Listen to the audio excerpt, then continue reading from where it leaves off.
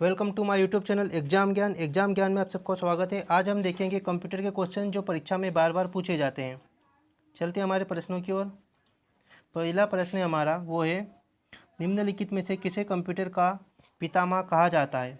इसका सही आंसर क्या हो जाएगा? इसका सही आंसर हो जाएगा चार्ल्स बेबेज। चार्ल्स बेबेज को कंप्यूटर का पितामह कहा जाता है क्योंकि इन्होंने ही कंप्यूटर की नींव रखी थी। नेक्स्ट क्वेश्चन है हमारा वो है, कंप्यूटर के विकास में सर्वाधिक योगदान किसका है? तो कंप्यूटर का नींव जो रखा था वो चार्ल्स बेबेज ने रखा था। बाकी जो सर्वाधिक योगदान है वो है वान न्यूमैन का। किसका है? वान न्यूमैन का सर्वाधिक योगदान है। चलते हैं अगले प्रश्न की ओर। अगला प्रश्न हमारा वो है, प्रथम अंकीय कंप्यूटर के ब्लूप्रिंट के विकास में सर्वाधिक योगदान किसका है? तो कंप्यूटर की जो ब्लूप्रिंट है उसमें सर्वाधिक योगदान किसका है? तो वो है चार्ल्स बेबेज का। चलते हैं अगले प्रश्न की ओर।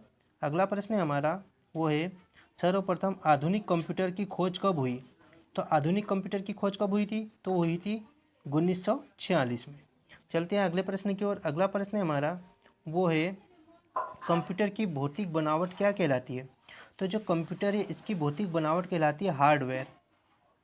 चलते हैं अगले प्रश्न की ओर। अगला प्रश्न हमारा वो है, कंप्यूटर के संचालन में प्रयुक्त प्रोग्राम, नियम तथा कंप्यूटर क्रियाओं से संबंधित अन्य लिखित चिप में दर्ज सामग्री को क्या कहा जाता है? इसको क्या कहा जाता है? इसको कहा जाता है सॉफ्टवेयर। चलते हैं अगले प्रश्न की ओर। अगला प्रश्न हमारा, कंप्यूटर का नियंत्रक भाग कहलाता है। तो कंप्यूटर का नियंत्रक भाग क्या कहलाता है? वो कहलाता है सीपीयू। चलते हैं अगले प्रश्न की ओर। अगला प्रश्न हमारा वह हार्डवेयर डिवाइस चलते हैं अगले प्रश्न की ओर। अगला प्रश्न हमारा, वह हार्डवेयर डिवाइस कौन सी है जिसे आमतौर पर कंप्यूटर का ब्रेन कहा जाता है? तो कंप्यूटर का ब्रेन किसे कहा जाता है? तो कंप्यूटर का ब्रेन बोला जाता है सीपीयू को। चलते हैं अगले प्रश्न की ओर। अगला प्रश्न हमारा, कंप्यूटर का सबसे महत्वपूर्ण भाग है। तो कंप्यूटर का सबसे महत्वपूर्ण भाग क्या है? तो सीपीयू है। सीपीयू के बिना वो डब्बा के समान है। चलते हैं अगले प्रश्न की ओर। अगला प्रश्न हमारा वो है, कंप्यूटर हार्डवेयर जो आंकड़ों की बहुत अधिक मात्रा का भंडार रखता है उसको क्या कहा जाता है? उसको कहा जाता है चिप। क्या कहा जाता है? चिप कहा जाता है। चलते हैं अगले प्रश्न की ओर। प्रश्न हमारा, इंटीग्रेटेड सर्किट चिप का विकास किसने किया था? तो इंटीग्रेटेड सर्किट चिप का विकास किया था JS किल्बी ने। चलते हैं अगले प्रश्न की ओर। अगला प्रश्न हमारा, इंटीग्रेटेड सर्किट चिप जिसको आईसी बोला जाता है पर किसकी परत होती है? तो इस पर किसकी परत चढ़ी होती है? इस पर चढ़ी होती है सिलिकॉन की परत चढ़ी होती है। चलते हैं अगले प्रश्न की ओर। अगला प्रश्न हमारा, चुंबकीय डिस्क पर किस पदार्थ की परत होती है? तो चुंबकीय डिस्क पर चढ़ी होती है आयरन ऑक्साइड की परत। चलते हैं अगले प्रश्न की ओर। अगला प्रश्न हमारा, कंप्यूटर में किसी शब्द की लंबाई किस में मापते हैं? तो कंप्यूटर में शब्द की जो लंबाई मापी जाती है वो मापी जाती है बीट में। सबसे छोटी इकाई है बीट और इसमें शब्द की लंबाई मापी जाती है। चलते हैं अगले प्रश्न की ओर। अगला प्रश्न हमारा, मेगाबाइट में मापते हैं। मेगाबाइट में क्या मापते हैं? तो ये कंप्यूटर से रिलेटेड है, तो कंप्यूटर की स्मृति क्षमता नापते हैं। चलते हैं अगले प्रश्न की ओर। अगला प्रश्न हमारा, स्टोरेज माध्यम की क्षमता की इकाई है। स्टोरेज माध्यम की क्षमता की इकाई क्या हो जाएगी? तो ये हो जाएगी बाइट। चलते हैं अगले प्रश्न की ओर। अगला प्रश्न हमारा वो है, 1024 बाइट बराबर है। तो 1024 बाइट बराबर है 1 KB के। किसके बराबर है? 1 KB के। चलते हैं अगले प्रश्न की ओर। अगला प्रश्न हमारा, किसी प्रोग्राम में बग क्या होता है? तो किसी प्रोग्राम में बग होता है एरर। एरर को बोला जाता है बग। चलते हैं अगले प्रश्न की ओर। अगला प्रश्न हमारा वो हो जाएगा, मेमोरी शब्द किससे संबंधित है? तो मेमोरी शब्द किससे संबंधित है? इसका सही आंसर हो जाएगा स्टोरेज। मेमोरी शब्द किससे संबंधित है? स्टोरेज से संबंधित है। चलते हैं अगले प्रश्न की ओर। अगला प्रश्न हमारा, पीसी का अर्थ है। पीसी का अर्थ क्या होता है? तो पीसी का अर्थ होता है व्यक्तिगत कंप्यूटर। व्यक्तिगत कंप्यूटर को बोला जाता है पीसी। चलते हैं अगले प्रश्न की ओर। अगला प्रश्न हमारा, सर्वाधिक शक्तिशाली कंप्यूटर है। तो सर्वाधिक शक्तिशाली कंप्यूटर क्या हो जाएगा? Super computer. और सबसे बड़ा कंप्यूटर भी यही होता है। चलते हैं अगले प्रश्न की ओर। अगला प्रश्न हमारा, डिजिटल कंप्यूटर किस सिद्धांत पर कार्य करता है? तो जो डिजिटल कंप्यूटर होता है वो गणना के सिद्धांत पर कार्य करता है। चलते हैं अगले प्रश्न की ओर। सर्वाधिक तेज गति का प्रिंटर है। तो सर्वाधिक तेज गति का प्रिंटर क्या हो जाएगा? तो ये हो जाएगा लेजर प्रिंटर। लेजर प्रिंटर सर्वाधिक तेज गति का प्रिंटर है। चलते हैं अगले प्रश्न की ओर। अगला प्रश्न है हमारा, सुपर कंप्यूटर अन्य कंप्यूटरों से किस संदर्भ में भिन्न है? तो सुपर कंप्यूटर अन्य कंप्यूटरों से किस संदर्भ में भिन्न है? तो ये हो जाएगा परिकलन क्षमता व बृहत स्मृति भंडार। तो इसकी जो क्षमता है वो बहुत ज़्यादा होती है और इसकी स्पीड भी बहुत ज़्यादा होती है। चलते हैं अगले प्रश्न की ओर।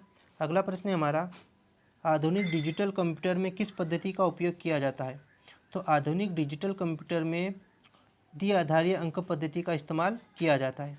अगला प्रश्न है हमारा, निम्नलिखित में से कौन सी वैज्ञानिक कंप्यूटर भाषा है? तो निम्नलिखित में से कौन सी वैज्ञानिक कंप्यूटर भाषा हो जाएगी? तो फोर्ट्रान हो जाएगी। चलते हैं अगले प्रश्न की ओर। अगला प्रश्न है हमारा, कंप्यूटर भाषा फोर्ट्रान किस क्षेत्र में उपयोगी है? तो किस क्षेत्र में उपयोगी है? तो ये विज्ञान के क्षेत्र में उपयोगी है। अगला प्रश्न है हमारा, कंप्यूटर भाषा कोबोल किसके लिए उपयोगी है?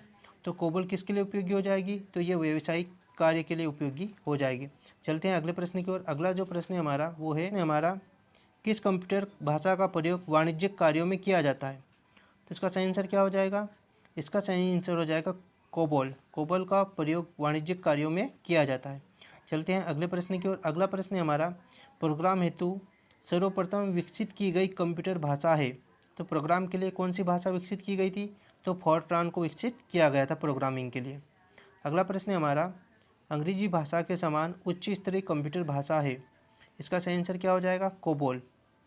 कोबोल उच्च स्तरीय कंप्यूटर भाषा है। चलते हैं अगले प्रश्न की ओर। अगला प्रश्न है हमारा वो है, किस भाषा में सर्वाधिक उपयुक्त डॉक्यूमेंटेशन संभव है? इसका सही आंसर क्या हो जाएगा? इसका सही आंसर हो जाएगा कोबोल। चलते हैं अगले प्रश्न की ओर। अगला प्रश्न है हमारा, फोर्ट्रान, एल्गोल, पास्कल आदि भाषाओं में को सिखाने के लिए किस भाषा को नींव का पत्थर कहा जाता है? इसका सही आंसर हो जाएगा बेसिक। बेसिक को नींव का पत्थर कहा जाता है। चलते हैं अगले प्रश्न है हमारा, जटिल वैज्ञानिक गणनाओं को करने के लिए प्रयोग किया जाता है। तो जटिल वैज्ञानिक गणनाओं को करने के लिए फोर्ट्रान का उपयोग किया जाता है। चलते हैं अगले प्रश्न की ओर। अगला प्रश्न है हमारा, बेसिक भाषा का प्रयोग निम्न में से किस कार्य के लिए किया जाता है? तो बेसिक भाषा का प्रयोग प्रारंभ से सरल भाषा को सिखाने के लिए किया जाता है। चलते हैं अगले प्रश्न की ओर। अगला जो प्रश्न है हमारा वो है, भाषा जिसे कंप्यूटर समझता है वह निष्पादित करता है। तो इसका सही आंसर क्या हो जाएगा? इसका सही आंसर हो जाएगा इनमें से कोई नहीं। अमेरिकन भाषा गलत हो जाएगा, मशीन भाषा, गुप्त भाषा। तो क्या हो जाएगा? इसका बेसिक हो जाएगा। चलते हैं अगले प्रश्न की ओर। अगला प्रश्न है हमारा वो है, कंप्यूटर भाषा जावा के आविष्कारक हैं। तो कंप्यूटर भाषा जावा के आविष्कारक कौन है? सन माइक्रोसिस्टम। चलते हैं अगले प्रश्न की ओर। अगला प्रश्न है हमारा, अधिकतर कंप्यूटर समझ सकता है। तो कंप्यूटर क्या समझ सकता है? समझ सकता है अंग्रेजी भाषा सदृश उच्च स्तरीय निर्देश। इसको कंप्यूटर समझ सकता है। चलते हैं अगले प्रश्न की ओर। अगला प्रश्न है हमारा, कंप्यूटर ग्रिड क्या होता है? तो इसका सही आंसर हो जाएगा एक सॉफ्टवेयर अवसंरचना जिसमें कई अभिकलन प्रतिष्ठान जुड़े होते हैं। चलते हैं अगले प्रश्न की ओर। अगला प्रश्न है हमारा,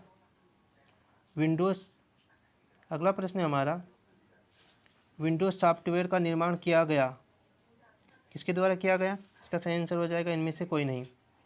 विंडोज़ सॉफ्टवेयर का जो निर्माण किया गया था वो किया गया था माइक्रोसॉफ्ट के द्वारा। IBM गलत हो जाएगा, विप्रो गलत हो जाएगा और एप्पल कॉर्पोरेशन भी गलत हो जाएगा। इस तरह ये कंप्यूटर सीरीज का पहला पार्ट यहीं पर ख़त्म होता है। यदि आपको मेरा वीडियो पसंद आया तो इस चैनल को लाइक, शेयर और सब्सक्राइब करना ना भूलें। Thank you for watching.